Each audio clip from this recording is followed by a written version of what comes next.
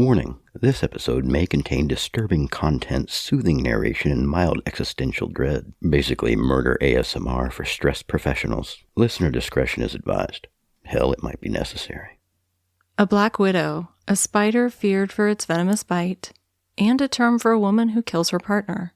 Sarah Hartsfield stood accused of murdering her husband. Like the arachnid namesake assigned to women accused of such a crime, she wove a web, not of silk, but of control. Every thread was strategic, each vibration a signal, each movement under her watch. It was a structure built with precision, a trap designed as connection. She invited her mates in willingly, and she alone decided if or when they could leave. And she had pointy feet. She would dance around the web and poke you in the eyeball. If you're familiar with this case, you might wonder why a podcast about arson and criminal fires is covering murder. But I submit to you, murder wasn't the only way Sarah Hartsfield allegedly exercised control. She was no stranger to the flames, allegedly. And we'll get into those accusations, but you'll have to be patient, like the spider spinning her web. Too close, and it looks like just one strand of silk, delicate, fragile. But step back and you start to see the tangle of lies, of suspicion, of destruction. Sarah Hartsfield was many things. A veteran, a military intelligence officer, a mother, a survivor of abuse, and by many accounts, a genius. She oozed charisma and charm, and she had a way with men. Like moths to a flame, they were drawn into her trap, a place few escaped from unscathed. This isn't just a story about one murder. It's a story about how evil disguises itself, how patterns emerge, and how a mask, no matter how glossy, eventually slips to reveal what lies beneath. It's a story of murder and of flames. A story about a woman who thrived on control, whose need for power became her undoing. The spider spun her web, but this time, she was the one who got caught. And when investigators stepped back from the crime scene, a web of shocking accusations and unmistakable patterns emerged. Patterns that spelled revenge in Sarah Hartsfield's own hand. This is Burn, Marry, Kill, The Wicked Web of Sarah.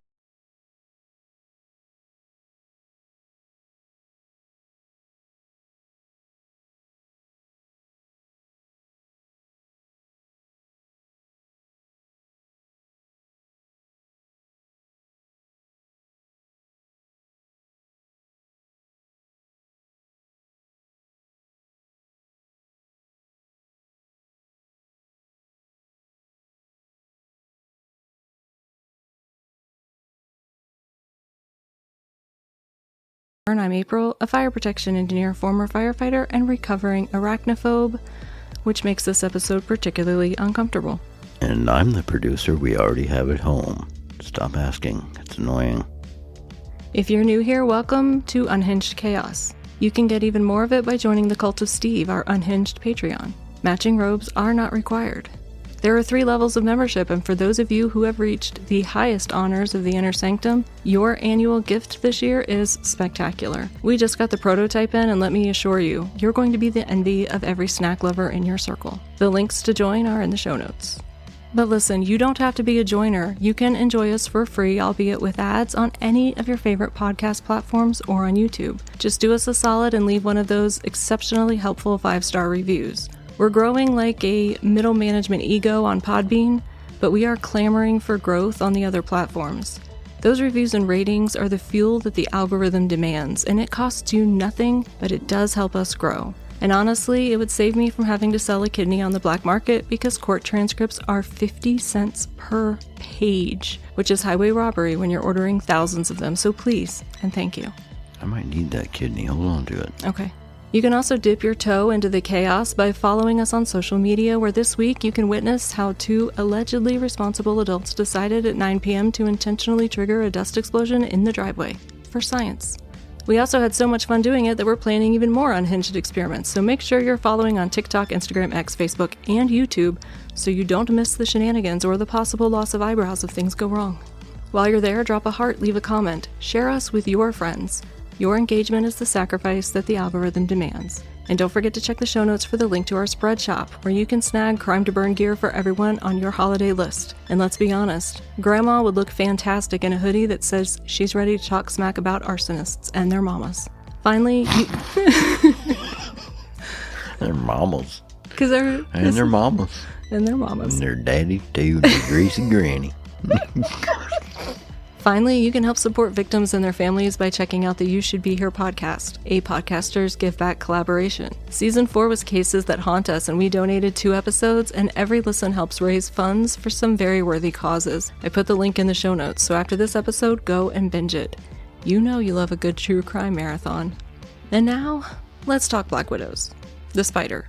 Known for its elegance, its iconic red hourglass, and its venom. A creature that consumes her mate, earning a reputation so notorious that the name itself has been borrowed by pop culture as a label for any woman accused of killing her partner. Sarah Hartsfield found herself standing in a Texas courtroom just last month, October of 2025, being sentenced to life in prison for the murder of her husband, Joseph Hartsfield. But the evidence for murder, I can't lie, it's a little weak. What isn't weak are the patterns that led up to Joseph's death. Yet in the eyes of the law, proving that someone is a bad person, even an evil person, isn't supposed to matter in court. Defendants stand innocent until proven guilty, and only very specific circumstances allow a person's past to walk through those courtroom doors. One of those exceptions is when prior bad acts establish a pattern or help to explain evidence in the current case. But here's the thing. Sarah Hartsfield had never been convicted of any crime until now. Everything we're about to discuss in this series, aside from the murder of Joseph Hartsfield, is alleged. And I want to present this case differently.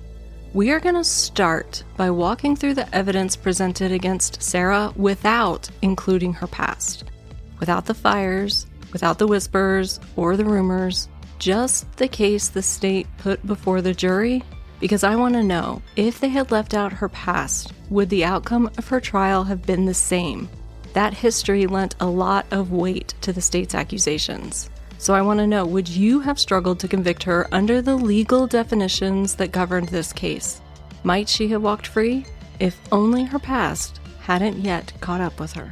This is the story of Sarah Hartsfield, and it starts with what the jury saw and what the defense says they were not supposed to see. It began on January 7th of 2023. Sarah Hartsfield was 48 years old, recovering from surgery to remove a breast implant, and she had been prescribed very strong pain medications, hydrocodone, Valium, and gabapentin. Now, she was a newlywed, but you might not have known it. Sarah had walked down the aisle just 3 months into a courtship with a man that she'd met on Facebook less than a year earlier. But according to her friends and her children from a previous marriage, Sarah had made a mistake marrying Joe. She complained constantly through texts, Facebook messages, and phone calls, and to anyone who would listen. She said Joe had bamboozled her, that he was messy, that she was tired of cleaning up after him. She accused him of being addicted to porn and draining her finances, saying that he'd married her only to secure a lifestyle that he couldn't afford on his own. Well, first of all, who says bamboozled? I do. It sounds cute when you say it, but very suspicious. You can be suspicious of me. I'll keep one eyebrow up. Okay. She was fed up, and soon her complaints escalated into allegations of mental abuse. Now, Joe's family doesn't argue some of those points. They said that yes, Joe and Sarah's marriage was an absolute mess. They agree he was unhappy. So unhappy, in fact, that he'd made plans to leave. He'd already arranged a temporary place to stay until he could find something permanent. And just before his death, he'd opened a new bank account, one without Sarah's name on it. But they say Sarah's allegations of Joe being mentally abusive to her, that is not the Joe that they know. And sure, families can have narrow vision when it comes to protecting their own. But Sarah's family didn't have that kind of narrow vision. Her own children testified against her in court. What's mental abuse? Like forcing someone to watch The View, or...? That sounds like mental abuse to me. Now, Joe was a parole officer, and he wasn't healthy. He had type 1 diabetes, the kind that requires constant vigilance. And by all accounts, he was doing a very poor job of managing it. Some people even accused Sarah of being angry about that, frustrated that he wasn't taking better care of himself. The complications were piling up: neuropathy, sleep apnea, heart problems, and gastrointestinal issues that frankly I didn't research too deeply because not my colon, not my business.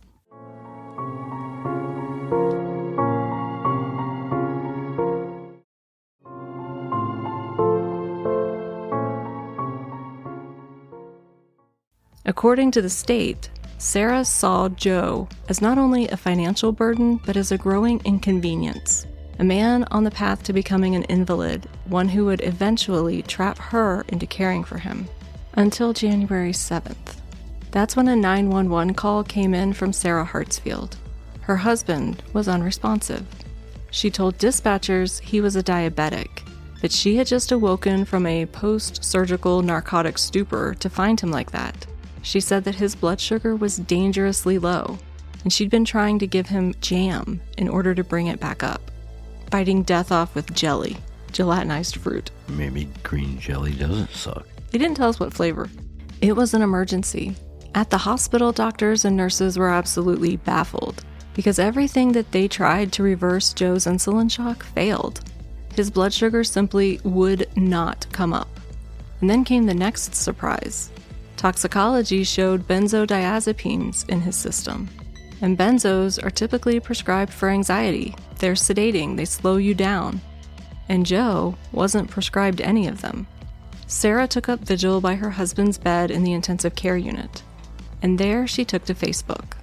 At first she posted that Joe was deathly ill and they needed prayers, but soon her updates grew longer and more detailed. She told everyone that Joe had an ischemic stroke. And he did, but it wasn't the stroke that killed him. The stroke was the result of Joe's dangerously low blood sugar, a condition that should have been reversible. But no matter what the doctors tried, his glucose levels refused to rise. His body wasn't responding, and Joe was dying. And the hospital staff, they were starting to get suspicious. A nurse caring for Joe made one phone call to law enforcement because she had suspicions. Joe's condition should have absolutely been reversible, treatable, but he was not responding to anything they tried. And then there was Sarah. The nurse said her behavior seemed unusual, weird. Joe's family noticed too, though they didn't have long to observe because Sarah kicked them out of the hospital. Now the relationship between Sarah and Joe's family was shaky, so shaky that they could have registered it on the Richter scale. And when Joe finally died, someone actually filmed Sarah sobbing over his body on a gurney. Who films that? And more importantly, why did Sarah post it on social media? But people in Sarah's circle found it unsettling, distasteful. But the days that followed left an even more sour taste. Sarah began posting about how much she missed her husband and how much time they should have had together and how heartbroken she was in his absence. The problem is that her friends had just spent months listening to her tirades about Joe's supposed porn addiction, his lack of discipline, his messy habits, and the fact that he had the financial restraint of a caffeinated toddler set loose in a toy store with a MasterCard. Not sponsored. And now here she was, performing grief for the camera. Every post seemed to center on her loss, her pain, her loneliness, and her friends said it just felt off. So off that several of her friends quietly decided to cut ties altogether. They said watching her publicly mourning after those private rants just felt too awkward, too uncomfortable to stomach. Well, lots of people, have rocky relationships with people, and then they murk out, and then all of a sudden, they're just great. Every memory we have is amazing, and I don't think that's a bad thing. I think it's good to remember people as positively as you can, right? But this gets out of hand sometimes. Yeah, I agree with you. And at first, that part of the story didn't sound that weird for me. What would she post about on social media? She's obviously just lost her husband. Even if they weren't getting along, I could see her being lonely. And you tend to reach out to your circle, and if most of your circle's on social media, because she had just, not that long ago, as I understand it, moved to Texas. She may not have had close contacts there to be a support network. And maybe she was doing that performative grief to get her circle to reach out and help support her. Events like that tend to shatter people's realities in ways that are unpredictable, and people stretch out for different ways to cope, and I can understand that. I can too. I'm glad you brought it up because it was a good point. But we're going to talk some more about Sarah, and I want to see if you feel the same way when we get to the end. But while Sarah was busy making dramatic public soliloquies about her new widowhood, medical examiners were trying to determine what exactly had killed Joe. The suspicion? An insulin overdose. But those happen. The question was, could the nurse's suspicion have been right? We don't know everyone investigators spoke to, but we can probably guess that Joe's family was near the top of that list. A family that had, let's just say, no shortage of opinions about Joe's choice in partners. Maybe that egged things on. Maybe not. What we do know is that one detective decided this case was worth digging into. And when detectives asked Sarah about Joe's life insurance, she feigned ignorance, claimed she didn't even know if Joe had a policy, even though both she and Joe had life insurance policies on him. And lying about things like that has a way of turning up the spotlight just a little brighter. Who's Joe? Joe's the husband that died. Who's the other guy? What other guy? What did you just say? She told investigators she didn't even know if Joe had a life insurance policy, but both she and Joe had taken out policies on his life. So she signed some life insurance papers that she didn't know about. That's what she's saying, yeah. Got it. When the medical examiner determined that Joe's death was caused by toxic insulin poisoning, investigators had another brick to add in the potential case against Sarah. The allegations, and I am not a physician, is that the level of hypoglycemia Joe experienced would have required a massive insulin overdose. And based on what little I do know, the theory is that he would have been rendered unconscious long before he could have administered that much insulin to himself. Insulin, you give someone insulin and it makes their blood sugar go down? Go down. Rapidly. What happens to diabetics when you need to give them sugar? Then you give them sugar. That's hyperglycemia. Or that's hypoglycemia. You need to give them sugar. You give somebody that's hyperglycemic insulin. Hypoglycemic sugar. Yeah, sorry, got it. And what they teach you when I was working on the ambulance is that if you know that somebody's diabetic and they're unconscious, you always give them sugar, because hypoglycemia is the one that will kill you really fast. Hyperglycemia, because it starves the brain, and the brain will start to die. You'll start to have neurological problems. So if you're not sure, always give sugar. We can always give them insulin to counteract too much sugar. But if they have too low a blood sugar, that is life-threatening. I thought that the problem with diabetes was too low sugar. Sometimes it depends. Too high. Some people. Too low, too high. Yeah, it's just a dysregulation of sugar. Your body doesn't release insulin like it's supposed to. I should know all this. I don't have the diabetes. I don't either. Yet. I'm trying. But again, I am surmising here because it is not entirely clear from the records that I have, and those records are limited to what was presented in closing arguments. Add to that benzodiazepines were in Joe's system, and investigators had enough reason to take a much closer look at Sarah to see whether she might have taken her husband's life intentionally or even accidentally. And that's when Sarah's story started to change. Now, she had told police that Joe had come home and she had made him his absolute favorite meal, a meal that his family told investigators he was absolutely not supposed to have because it spiked his blood sugar straight into the danger zone. Now, according to the state, Joe ate it anyway because Sarah had insisted that she had made it special for him, and in an already tense household, Joe didn't want to rock the boat anymore. He was trying to get ready to leave her. And then Joe allegedly lay down to go to sleep, and Sarah handed him his insulin for him to take, the caring wife. And then she went off to sleep herself after taking all of her heavy painkillers from the surgery that she was still recovering from. The problem is that investigators confiscated Sarah's phone, a move that would prove to be her ultimate undoing. Sarah had told investigators that she had been asleep, and she woke up and found Joe was unconscious and unresponsive, and she did everything she could to save him. But her phone told a different story. Data showed that while Joe was laying there dying of an insulin overdose, Sarah was awake, surfing the web, ordering groceries, texting, making phone calls. And during a time when Joe should not have been conscious based on the level of hypoglycemia in his system, she was receiving texts from Joe's phone. One included a photo she had taken of all of his new bank account information, the one that he had just opened because he was planning to leave her. And another photo was a copy of his driver's license. Suspicious? Well, just wait.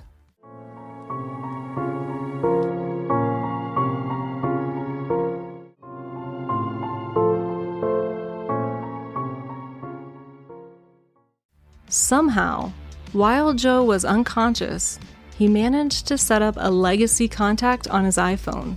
For anyone unfamiliar, a legacy contact is someone that you designate that can have access to everything in your Apple account once that person presents Apple with your death certificate. So, who did unconscious Joe decide should have access to all of his digital life? Well, his wife, Sarah Hartsfield. Now, to be fair, just because Sarah was awake and futzing with her phone does not automatically mean she knew Joe had given himself potentially a toxic dose of insulin. It doesn't even prove that she knew he was unconscious. After all, she was recovering from major surgery. Maybe she had been resting on the couch or in another room entirely. Except her Apple Health data told a different story. Our doting wife wasn't sitting still, she wasn't sleeping, she was up and moving around while her husband died slowly in their bed. And police found it interesting that Sarah Hartsfield had deleted all of her internet searches from the day of and the day before the incident. But that is not all she deleted. Investigators were able to recover a video, one that Sarah had allegedly filmed herself, a video showing her husband unconscious and gasping for breath. By this point, Joe's family had likely given investigators quite the earful about dear Sarah. You see, Joe's family knew some history about Sarah, the kind of history that might make any detective give her some serious side-eye. And I will tell you what that history is, but not yet.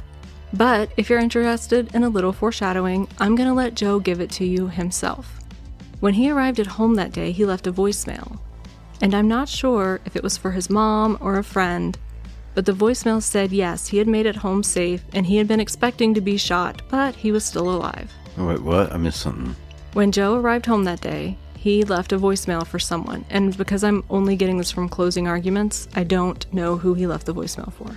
But he left a voicemail and they played it in court, and it was Joe saying, yeah, I made it home, I was totally expecting to be shot, but I'm still alive. Why was he expecting to be shot?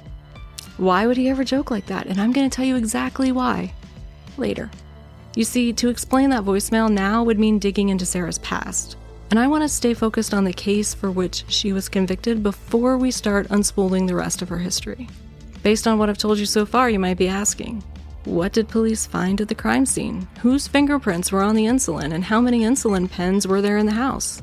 These are all great questions, and ones all of us would love to have answered.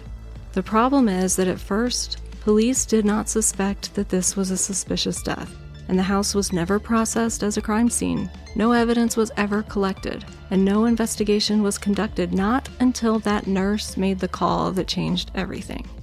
Oh, and remember Sarah's feigning ignorance about Joe's life insurance? When investigators dug into her phone, they found conversations from a few months earlier. Conversations where Sarah had asked Joe about his life insurance and made sure that he had changed the beneficiary to her. As it turns out, Sarah also had taken out her own policy on Joe around the same time. But the defense characterized this trial as little more than a witch hunt, one spurred by a bitter family who had been cut out of their son's life because, well, they hated Sarah. They painted Sarah as an upstanding woman, a veteran who'd served her country in Baghdad and had excelled as an intelligence officer during her army career. Really? And to be fair, her former superiors confirmed that. Sarah, they said, was whip smart and excellent at her job. But her management style? Well, that was another story. One Army superior recalled that Sarah's subordinates complained about her very often, that she was aggressive. She gave no one the benefit of the doubt when things went wrong, but she demanded it for herself when it suited her. And he didn't go into a lot of details, but he said something I found really interesting. He said this: none of the superiors were ever permitted to meet with Sarah alone. It became an unofficial policy that every meeting had to have a witness present, and every conversation had to be documented. That kind of thing makes you wonder if they were afraid, not of her temper, but of her ability to manipulate. And maybe ties to HR. Everything had to be on paper and everything had to be verified. Maybe just a little more foreshadowing of what the defense was so desperate to keep out of court. So she's a veteran, and she's in intelligence, in Army intelligence. You know her rank or... She was a sergeant first class when MLS? And she was medically retired. You know what her MLS was while she was active? No. Huh. But she's not a dumbass, and when she says she doesn't know if she has insurance, she's f***ing lying. That's for sure, right? Yeah.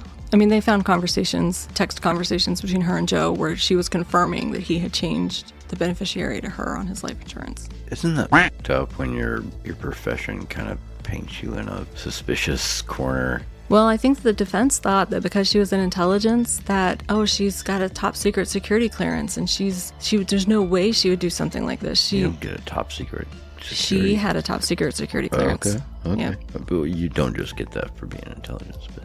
Right, no, you don't, but she did have one. And so they were harping on that in court that, to get that top secret security clearance, you have to go through the highest rigorous level of background checks and everything. And well, it doesn't make you a good person. And I imagine that when the defense got discovery and the full download of what investigators found on Sarah's phone, they were probably taking a proverbial crap in their pants. It's not a good look for your client to be trash-talking her husband in messages, lying about what she was doing while he died, and filming a video of him gasping for breath.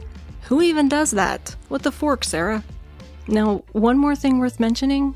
Someone Sarah had spoken to on the phone that night later testified that Sarah told them that she had given Joe some kind of bitter-tasting liquid to drink.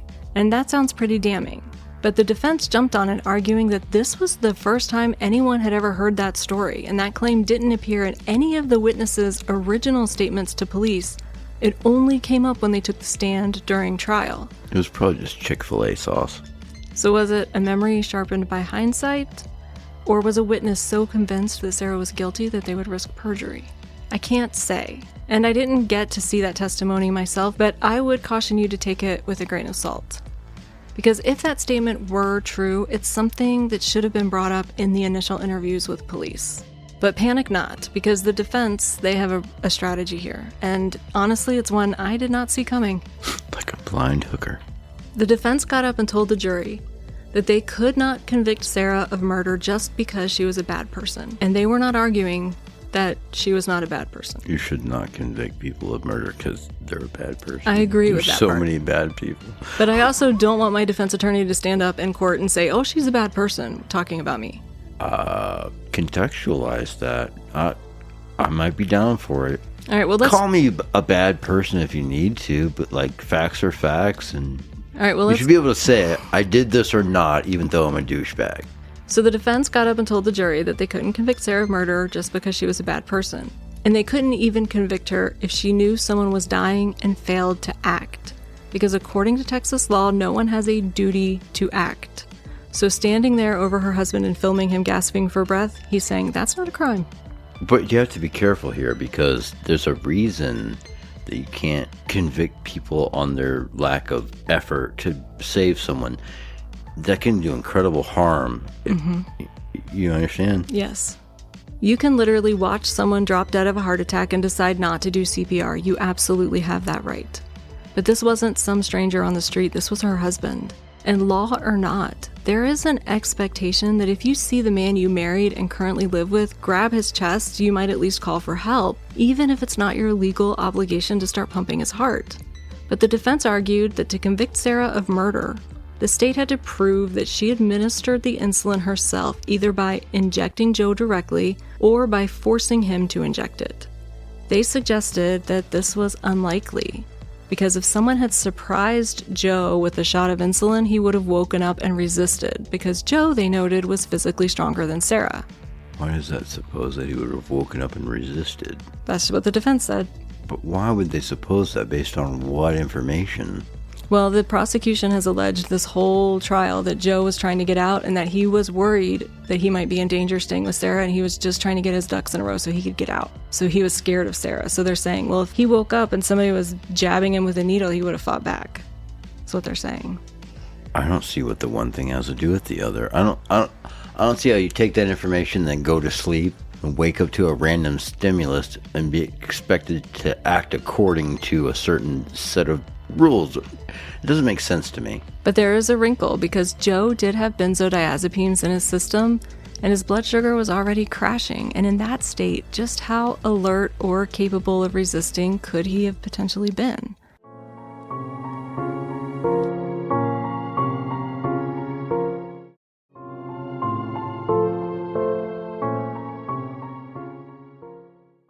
The defense reiterated that to find Sarah guilty of first-degree murder, she had to personally be the one to administer the insulin. Not that she just handed Joe his medication to use at his discretion, but that she personally injected it. And everybody's different too, right? Like, you can pump me full of benzos, try to attack me, I'll still f***ing choke you to death. Like, ain't the same for everybody, right? Yeah, but Joe's family told the court, and this is again coming from his family, so keep in mind the source, that Joe didn't even like taking Tylenol. Like, he would not have taken benzos. They weren't prescribed for him. He wouldn't have taken them, but they were in his system when he arrived at the hospital. That's a cool, like, hearsay. Like, that's a cool way to think about that. Mm-hmm. Doesn't make it so. Doesn't make it so. And it came from his family, so... Like, there's a time in my life, you can talk to people and they'll tell you, I wouldn't take a fucking aspirin either. Right? Absolutely. And, you know, if his marriage really was falling apart, maybe he was willing to take benzos. Maybe he needed to take the edge off. And I'm not trying to say he was or anything. I'm just saying there's questions about it, and it's really murky, and all that's really just opinions. And based on what? Mm-hmm. Based on nothing, really. And since no one realized it was a potential crime scene at the time, there was no physical evidence to prove any such thing. Apparently, taking video while someone dies was something that the defense wanted the jury to see as just normal activity. And I can understand why a jury made up of 12 actual human beings capable of empathy might have struggled with that. Well, it's because you see something f***ed up happening on the street. What's your first reaction? Do something or pull out your fucking phone? Mm-hmm, that's true. But in your house with someone that you have an intimate relationship with, or have had an intimate relationship with. Some people just take videos of everything. No matter what. That's a good question. Someone's suffering, they'll video it. You don't just stand there and watch that. That's a really good question. I don't know the answer. But you can see how there's like a question there. Mm-hmm. And I'm not trying to make excuses for assholes here, but we should be wise and like look at all the reasonable doubt. Well, that's why I decided... Consider it, not be afraid of it. That's why I decided to present it this way. If we left out everything the defense said we should leave out of the trial, do we think that there's enough for reasonable doubt or not? And then I'm going to go back and introduce some of the background information that the jury got and see if it changes your opinion. Yeah, and I don't feel like I'm representative of the best juror or anything, you know what I mean? But just on the surface, there's already a whole lot of doubt. Okay. And then the defense went on to explain that the autopsy showed Joe had major blockages in his heart. One artery was 90 to 95% occluded and another was 60 to 70% blocked. He definitely was in bad health, but the fact is that is not what killed him. It was insulin toxicity. And then the defense presented one argument that in my mind held real weight.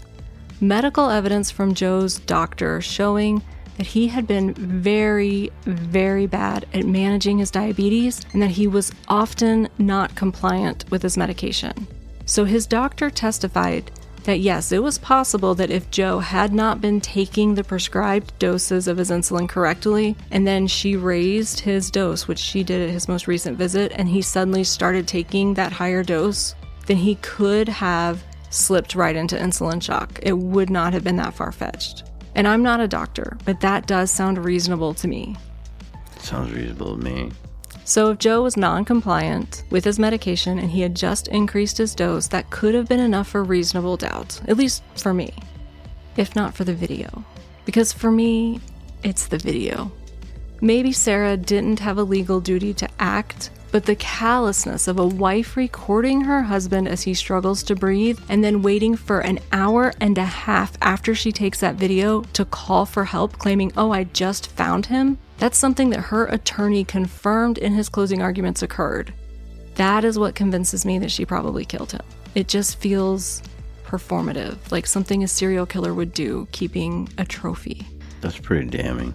And I think that that's exactly what Sarah was. Reveling in the control that she had over a situation that had finally pissed her off one too many times. That's fucking sick, dude. It is, but serial killers do that. Now, there was more presented in trial because, like I said, Sarah had quite a history. One that explains that very strange phone message Joe left before he died, the one where he said he had expected to be shot. But the defense argued that all of that prior history should have been excluded, although they did not win that argument. Still, I have given you everything so far without that backstory, without the history, just the facts of the case as presented. So I want to know, what do you think? Do you believe there was enough evidence to say Sarah Hartsfield killed her husband based only on what I've told you, or do you believe there's enough reasonable doubt to acquit her? I think there's some reasonable doubt, Okay. but not enough to acquit her. I agree with you. I think there is some reasonable doubt, but the video for me is what does it. If they didn't have the video, everything else I could potentially say, okay, there's reasonable doubt. I'm with you. That gap of time, hour and a half. An hour and a half. If you don't get freaked out by somebody fish breathing or doing weird in an hour and a half, you, man. You suck. So she was a woman with no prior convictions who once held a top secret security clearance and who vented to everyone about how much she hated her husband, but filmed him dying. So like I said, do you think Sarah killed Joe? I do. I don't know. None of that evidence is compelling to say she put a needle in somebody, right? It's pretty compelling what happened to him, but it's not yet compelling at what point it happened or who did it. Okay. Who done it is still out for the jury. In my mind is out on that. Okay, well, the jury thought it was enough to convict her. Last month, on October 8th, 2025, they found Sarah Hartsfield guilty of murder after deliberating for only 1 hour. 1 hour. Not even enough time to order pizza. I know what happened here. The jury spent time with this person. They saw her interact with other people, and there's not enough evidence here. There's not enough physical evidence to tie it to her. There's not. There's no tying her hand to the needle to his skin, right? There's no way to do that. They picked up on something that they saw. Other than that, something intuitive happened with the jury because the evidence is not conclusive. So 1 hour is all it took to decide the rest of Sarah's life. And the very next day, on Thursday, October 9th, she was sentenced to life in prison. But this is just one sticky thread in a web that stretches back decades, all the way back to Sarah's childhood. And this jury didn't hear all of it, but they heard a lot of it, enough to show an absolutely shocking pattern of manipulation, control, and outright evil. The prosecution pulled back the mask to reveal that the whip-smart former intelligence officer was truly capable of a web of chaos that you can only imagine. And that wasn't the end of it. While Sarah hadn't been indicted, much less convicted, for any of the prior acts that the jury heard about, her indictment in Texas set something in motion. Old cases are being re-examined, and some of them have even been reopened. And they are shocking. We're talking a shooting, a murder-for-hire plot, being caught in the act of attempting to commit arson, a suspicious fire investigators could never quite pin on her, and another accidental fire where Sarah was the last one to be in that location, and even the deaths of her father and her brother. A whirlwind of insanity, all centered around one woman. So come back next week, where I'll tell you more of Sarah Hartsfield's twisted tale, including allegations of murder, arson, and manipulation that will drop your jaw. Right here on Crime to Burn. Well, I'm afraid. I have the fear. Burn, marry, kill? Like, the old game, Marry, Kill? We used to... I wish I would have played more games with you. What are you talking about? No, I don't know this game. I just had surprise butt sex by a boom microphone. And you name 3 people. It could be celebrities, it could be people at the bar, it could be whatever, people that all of you know. And you have to name... Oh, this isn't someone's 3 names. This is options. And then you have to tell them which one you'd rather screw, which one you'd marry, and which one you'd kill. Gross. What is wrong with you people? I'm not sure. And this is why you grew up to follow a life of true crime. You were disturbed as a youth. It wasn't as a youth, it was as an adult. You were grown doing this? We were playing in bars, usually. Oh, you said that, didn't you? I mean, I did go to bars as a child, but that was because my dad played softball. Don't look at me like that. Everybody sniffs their diffuser rods. Does it make you feel calm? It's kind of giving me a headache, actually. I should probably put that back. We don't have a gong. We have a bar that acts like a gong. The bagong. We're never calling it that. A survivor of abuse. Oops. A survivor of microphone damage. Anyone who uses the word bamboozled these days is ulterior motives. I don't have ulterior motives. I just like to say bamboozled. Verbal abuse goes hand in hand with mental abuse. It's like beating down a Mensa member. Maybe, yeah. Oh, that is a sticky wicket. I do like to speculate with a speculum. Stay away from me with your speculum. Come here. They don't have a great producer like you do. They're probably not sleeping with their producer either. I'm sleeping with my producer. I think we take turns snoring. And then somebody farts. And I need BedJet to sponsor us because, you see, my husband loves the BedJet. But it's my BedJet that he has. And we like different temperatures. So we need another one. No, I like to feel like a baked potato. But do you know BedJet now makes a sheet that you can stick that little hose in, and it's like sewn up the middle so that you two can have two different BedJets with different temperatures, and you can still bone? Yeah. You can still touch uglies? You can. You can still touch sweaty parts? Mm-hmm. You can still be moist together? Mm-hmm. You can still bump fuzzies? Mm-hmm. You can still feel each other's naughty parts? Mm-hmm. You can still feel the slippery, slick slime goo? Mm-hmm. You can still make the beast with two backs. It's not murder if it's for the right reason. Hey folks, a quick reminder. Don't murder people. I know, wild concept, but murder really sucks. It ruins lives, wrecks communities, and frankly, there are 1,000 better ways to handle your problems that don't involve police tape and regret. So take a breath, choose peace, walk away, call a friend, eat a snack. Literally anything is better than murder. Stay calm, stay kind, and stay non-murdery. I feel like we just crushed that. If you've spent months publicly bitching about your spouse, maybe, and I'm just spitballing here, don't murder them. It turns out I hated his guts is not the strong alibi you think it is. Quick PSA for the overcaffeinated and under-therapized? That's not a word. No. If you've been complaining to everyone with a pulse that your partner is a walking red flag, maybe don't suddenly become a widow. Texas juries connect dots real fast. Bitch. Pro tip, therapy is cheaper than a life sentence. That's a really good point, actually. Mm-hmm. If I'm sweating, I'm ready to do this for another fucking hour. Let's rock. Really?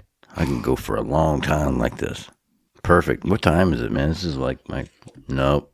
This is past my bedtime. You're fading. Full of shit.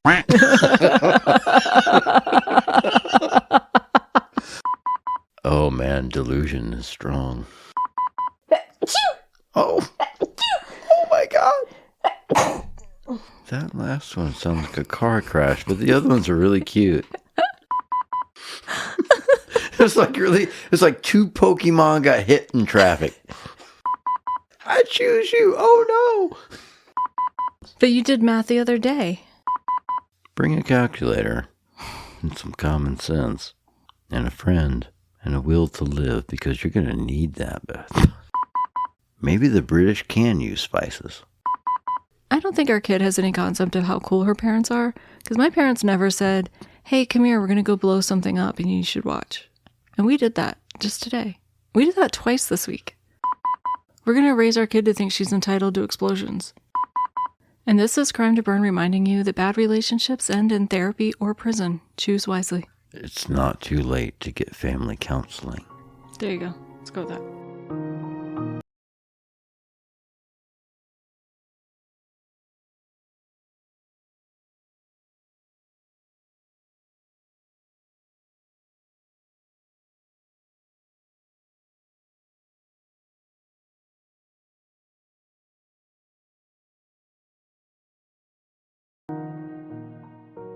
Crime to Burn is a production of Crime to Burn, LLC, where we light fires in your brain and not your buildings. All rights reserved. Still spiritually parched after this episode? It's okay, Steve believes in cross-pollination. Here's a trailer for a show we think deserves to infiltrate your ear holes, in a good way. Don't forget to leave a 5-star review before you go. Steve is watching. On the morning of July 31st, 2018, 25-year-old Dustin Duffy called 911 to report that he had murdered his girlfriend 6 days before and killed his parents just that very morning. Dustin's girlfriend was my niece, Taylor Toller. Join me, Kim, each Monday as I explore true crime cases with a focus on the victim and try to answer the question of how someone can make the choice to murder another human being. You can find my podcast, A Million Other Choices, wherever you listen to podcasts, including on YouTube.